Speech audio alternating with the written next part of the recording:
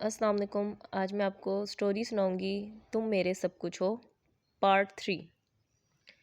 پہلے زمانے کی عورتیں گھر میں بیٹھنے کی وجہ سے اس بہانے سے بہل جاتی تھیں، مگر 21ویں صدی کی عورت جو مرد کے شانہ بشانہ کام کرتی ہے، جو بہت ذہین ہے، ہر بات سمجھ آتی ہے کہ حالات کسی دھارے پر جا رہے ہیں، وہ اس طرح کے بہانوں میں کیسے آ سکتی تھی؟ رخشندہ نے جھگڑا کرنا مناسب نہ سمجھا، وہ خاموش ہو گئی۔ البتہ وہ بار بار یہ ضرور کہتی تھی کہ شامیر، تم اپنا زیادہ وقت نیو یارک میں گزارتے ہو، مجھے کیوں پھر ہاسٹن میں رکھا ہوا ہے؟ میں بھی نیو یارک میں رہوں گی۔ شامیر نے اس کی یہ فرمائش ماننے سے انکار کر دیا، یہ کہہ کر کہ پھر میرا ہاسٹن کا آفس کون سنبھالے گا؟ وہ کسی پر پیسے کے معاملے میں بھروسہ کرنے کو تیار نہیں تھا، کیونکہ اسے کئی دوست اپنے آفس کے مینیجروں کے ہاتھوں اسی طرح برباد ہو چکے تھے۔ رخشندہ ایک سلجھی ہوئی عورت تھی، گھر کی دیکھ بھال، بچوں کا خیال، مہمانوں کی آؤ بھگت اور آفس کی ذمہ داریاں، یہ سارے بوجھ اس نے اپنے کندھوں پر اٹھا رکھے تھے۔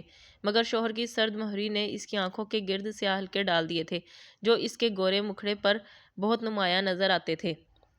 مسلمان عورت میں برداشت کی بے پناہ قوت ہوتی ہے، مگر اسے بھی شوہر کی توجہ درکار ہوتی ہے، جس کے سہارے وہ زمانے سے لڑ جاتی ہے، کیونکہ ایک پاک باز عورت کے لیے شوہر ہی اس کی زندگی کا پہلا اور آخری مرد ہوتا ہے۔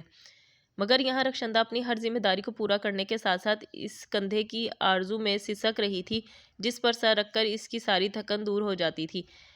وہ ان پانیوں کی متمنی تھی جس کے دائرے میں خود کو محفوظ سمجھتی تھی، مگر جب بھی اس کے شامیر کے قریب آنے کی کوشش کی، وہ کرنٹ لگے جھٹکے کے ساتھ دور چلا جاتا۔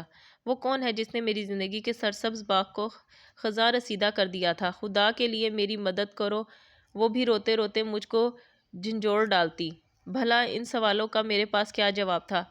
میں تو اس کی سہیلی کو بھی رخشندہ کی پریشانی کا سرا نہیں مل رہا تھا۔ ہمارے دفتری گروپ کو، جس میں سبھی امریکن تھے، ایک کام کے سلسلے میں نیو یارک جانا پڑا۔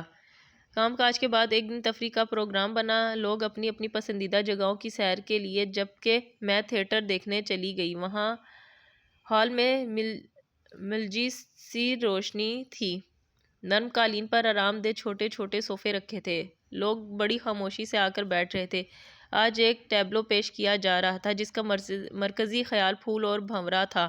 ہلکی روشنی میں ننھی منھی خوبصورت لڑکیاں پھولوں کا روپ دھارے اسٹیج پر آ کر کھڑی ہو گئیں۔ ہال میں اور اسٹیج پر خاموشی چھائی رہی، پھر ایک دھماکے کی موسیقی کے تیز دھارے روشنی کی لہر آئی اور سیاہ رنگ کے مختصر سے لباس میں سیاہ پڑ لگائے 17-18 سال کا ایک لڑکا بھنورا بن کر آیا۔